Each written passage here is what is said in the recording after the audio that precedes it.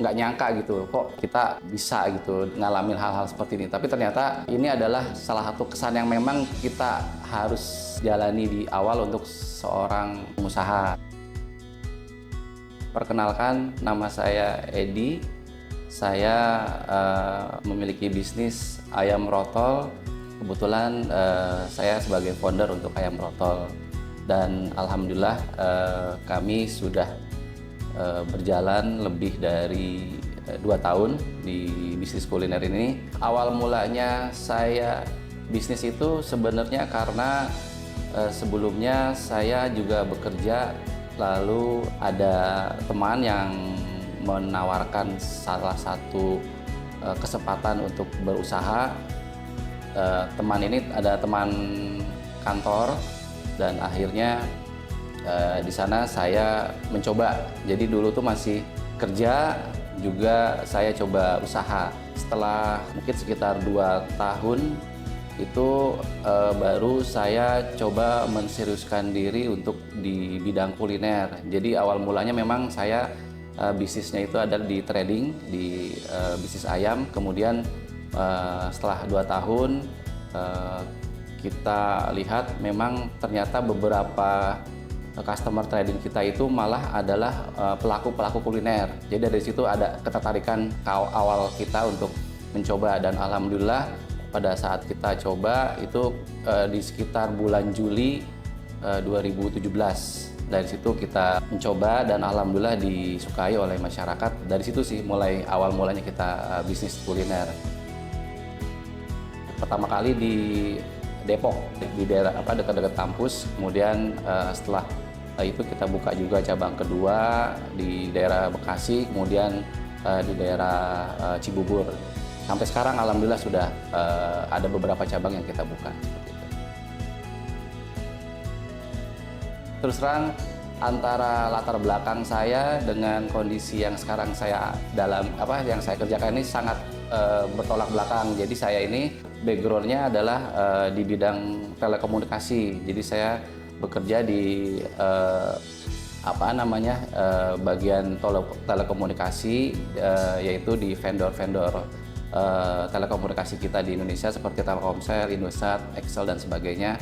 Kemudian ya ada kesempatan kali ya. Jadi karena ada kesempatan, kemudian teman juga memberikan semangat bagaimana kalau kita coba usaha. Ya kalau dibilang seperti kecemplung sih. Jadi kita coba-coba dan alhamdulillah Allah kasih jalan, dan ya sampai sekarang seperti itu. Kalau dibilang bagaimana kita pandai-pandai memanfaatkan orang. Jadi kalau dibilang saya mengerti tentang masakan atau bagaimana dunia kuliner, sama sekali nggak tahu ya. Tapi karena kemarin kita berpikir, awalnya kan saya bekerja. Jadi namanya kerja itu kan nggak mungkin kita juga fokus di usaha. Nah dari situ kita cari orang yang memang dia bisa. Jadi kita coba cari, kemudian kita ajak untuk bantu masak, dan alhamdulillah ketemu langsung orang yang memang bisa. Terus kita kita tawarkan dengan konsep yang memang kita ingin kembangkan, dan alhamdulillah juga bisa support orangnya. Dari situ sih, jadi kita memanfaatkan tenaga orang yang memang mungkin punya visi sama dengan kita. Jadi kita pengen usaha kuliner dan masakannya kita pengen yang mungkin kalau dibilang enak gitu ya. Ya alhamdulillah sampai dapat orangnya, terus mereka bisa bantu-bantu dari awal sampai buka seperti itu. Nama ini sebenarnya karena bisa jadi latar belakang asal kita, penyebab kita pakai nama ini. Jadi ayam rotol ini sebenarnya bahasa Jawa yang memang sudah familiar sih. Jadi kalau ditanya artinya ya merotol gitu. Merotol itu kan tekstur dagingnya itu terlepas. Jadi kita dulu punya konsep pengen makanan ini pada saat orang makan itu nggak tersisa gitu dagingnya, jadi terlepas dari tulang. Jadi kita pakai kiasan kata merotol gitu. Ini pun sebenarnya dapat istilah ini pada saat ya kita lagi penjajakan memulai usaha. Jadi dulu kita pengen bikin usaha, cuman kita pengen lihat di pasaran yang ramai apa sih. Nah dulu kebetulan awal mulanya memang kita pengen nyari yang ayam model apa namanya, ayam goreng gitu ya, ayam goreng yang memang kita lihat rasanya enak, terus juga apa namanya agak sedikit renyah, merotol gitu ya, ininya apa teksturnya apa ya, kalau dibilang dapat dari situlah bahasa merotolnya kayak gitu. Kejadian paling berkesan ya pasti kita pertama kali ngalamin rugi ya, karena kita pertama kali usaha terus rugi gitu. Nah itu paling berkesan. Jadi bagaimana dulu awal kita adalah karyawan yang tiap bulan dapat gaji gitu kan, tiba-tiba bulan depan kita nggak dapat gaji. Kalau dibilang mungkin jadi kaget sama nggak nyangka gitu, kok kita bisa gitu ngalamin hal-hal seperti ini. Tapi ternyata ini adalah salah satu kesan yang memang kita harus jalani di awal untuk seorang pengusaha. Jadi bagaimana usaha itu nggak mulai langsung lancar, tapi mulai bisa jadi ada hambatan-hambatan. Salah satunya tadi rugi.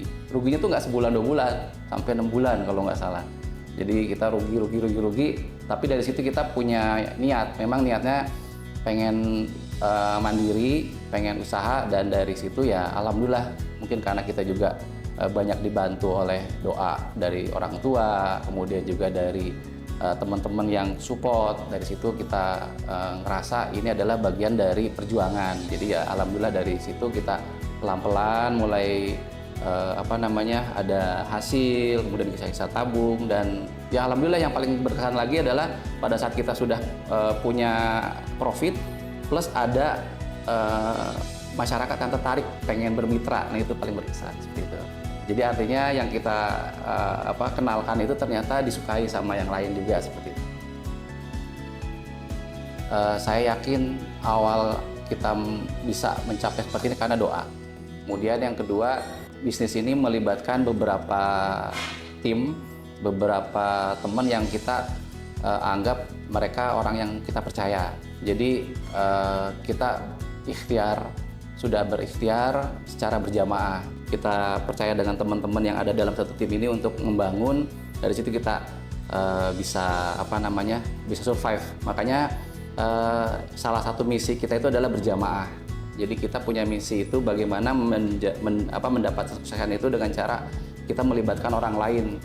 Kemudian yang ketiga tentunya ya ini berkat kepercayaan dari masyarakat juga, bahwasannya ternyata pada saat kita menawarkan kuliner ini kemudian masyarakat suka. Dari situ kita yakin kalau inilah salah satu penyebab kita bisa berkembang seperti ini. Karena kalau misalnya cuma hanya mengandalkan kita sendiri, kayak modal sendiri, itu mungkin agak susah. Tapi kalau dengan memberdayakan masyarakat, kita bisa bermitra dan sebagainya, ya alhamdulillah dari situ bisa berkembang. Karena mungkin jangkauannya lebih luas dan mereka lebih lebih objektif menilai bagaimana bisnis ini bisa berkembang gitu. Dari situ sih. Salah satu cara mempertahankan produk itu, satu pasti kita punya target. Jadi kita punya target itu kita di semua usia. Jadi kenapa lebih enak untuk mengembangkannya? Jadi kita targetnya itu ke usia anak-anak. Kita di situ ada produk-produk yang memang disukai seperti ayam crispy, kentang, burger. Kemudian target di remaja yang suka pedas-pedas seperti geprek, kemudian saus pedas dan sebagainya. Dan di target di orang tua atau di dewasa ya. Kita di situ jual bebek goreng, kemudian juga jual ayam bakar, ayam penyet. Jadi dari target 3 target ini sebenarnya ini yang membuat kita mudah untuk diterima. Bisa jadi mungkin pada saat kita buka di satu tempat yang disukain cuman yang segmen anak-anak aja, tapi orang tua enggak gitu. Tapi ada juga tempat yang lain yang sukanya orang tua, anak-anak enggak, seperti itu. Itu yang sebenarnya jadi ada kolaborasi dari situ. Jadi dari variasi target yang kita fokuskan, dari sinilah salah satu penyebab kita bisa diterima dan punya daya saing yang baik ke masyarakat seperti itu. Tentunya ya di layan itu adalah kita di internal memang selalu mengevaluasi, mendevelop produk, kemudian juga kita juga ada tim development yang itu nanti dia menganalisa nih yang laku yang mana, kemudian yang mana lagi viral, kita coba ikuti, atau mungkin kita coba jadikan sebagai mungkin menu seasoning gitu ya. Jadi pada saat lagi ramai di sini kita juga bisa ikuti seperti itu. Jadi kita juga ada tim internal yang nanti setiap beberapa periode sekali, misalnya seminggu sebulan sekali kita evaluasi, jika bagus kita jadikan menu utama seperti itu. Jadi intinya adalah produk yang kita jual ini memang semuanya sudah kita lakukan rutin evaluasi untuk produk salesnya. Kalau misalnya memang bagus, kita akan pertahankan jadi menu utama. Tapi kalau misalnya memang kurang, itu sifatnya seasoning. Jadi misalnya hanya berlaku di bulan ini, setelah itu kita ganti menu lagi seperti itu. Jadi fleksibelnya di situ sih. Kalau untuk keseragaman rasa, memang kita pertama sudah ada central kitchen.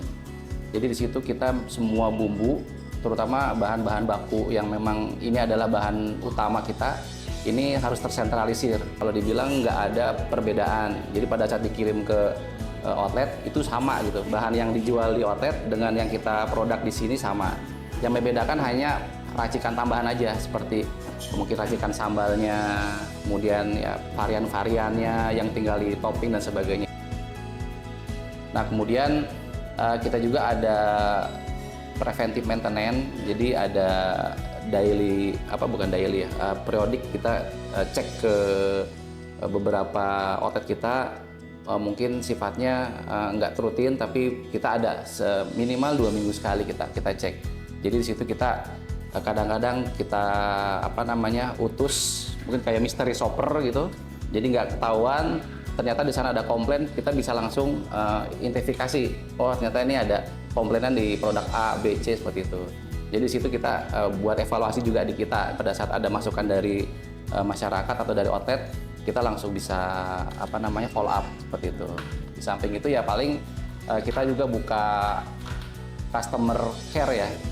Jadi aduan gitu. Jadi misalnya ada keluhan-keluhan, kita terbuka 24 jam dan alhamdulillah selama ini sudah jalan. Jadi setiap ada sedikit komplain atau mungkin ada hal-hal yang kurang menyenangkan, kita bisa langsung atasi hari itu juga, karena kita memang menekankan pelayanan untuk produk ini seperti itu. Ya kita sih untuk bahan baku, karena kita kan jual makanan itu kan intinya harus enak. Kalau misalnya bahan bakunya udah kita rasa enak, ya itu kita pakai. Tapi yang paling juga faktor pendukung adalah harganya ya, karena terus terang kita di masyarakat itu targetnya adalah nilai jualnya nggak terlalu tinggi, jadi kita jual tuh hanya menengah ke bawah. Artinya harganya memang sudah sangat murah sekali, jadi otomatis bahan bakunya pun ya mengikuti. Nah jadi itu. Nah itu memang selektif sih. Jadi enak, ada beberapa yang mengenawakan ke kita untuk bahan bakunya, ada yang enak tapi karena harganya mungkin belum cocok, kita belum bisa ambil seperti itu. Tapi kalau misalnya sudah oke, dari sisi harga, dari sisi kualitas sudah oke, kita insya Allah sih akan pakai terus. Karena selama ini alhamdulillah yaitu kita coba cari beberapa supplier yang jadi pembanding. Ya untuk supplier bahan baku terutama ayam dari Chikin ini alhamdulillah sudah lumayan berjalan sekitar setahun lebih ya. Dan ini memang salah satu bentuk komitmen kita, bahwasannya kita pengen kerjasama itu yang sifatnya jangka panjang. Jadi kita harapkan memang seperti Chikin ini nanti kedepannya bisa selalu mendampingi kita nih, mensuplai bahan-bahan baku, terutama bahan baku ayam. Karena kita kalau dibilang 90% jualannya ayam. Jadi ya berharap Chikin selalu menjadi mitra kita yang utama lah. Dan alhamdulillah sampai saat ini memang prioritasnya dari Chikin seperti itu. Ya terus terang ada satu perbedaan Chikin dengan supplier lain. Chikin itu ternyata nggak hanya sekedar sebagai supplier, tapi adalah juga sebagai mitra kita untuk lebih mengembangkan branding, dan salah satunya adalah bisa memberikan kita fasilitas untuk branding di marketing di sosial media seperti itu. Itu yang tidak kita dapatkan dari supplier lain atau dari penyedia bahan baku lain. Ini yang saya lihat. Jadi namanya bisnis itu sebenarnya bukan hanya sekedar jual beli sih, tapi bagaimana antara si supplier dengan yang disuplai itu bisa sama-sama maju. Kita berharap Chick-in bisa selalu menjadi mitra kita yang memang selalu siap, baik itu pada saat harga tinggi atau pada saat harga murah. Jadi itulah yang kita harapkan. Karena dengan adanya bahan baku yang selalu siap, insya Allah kita bisa fokus di branding atau penjualan seperti itu.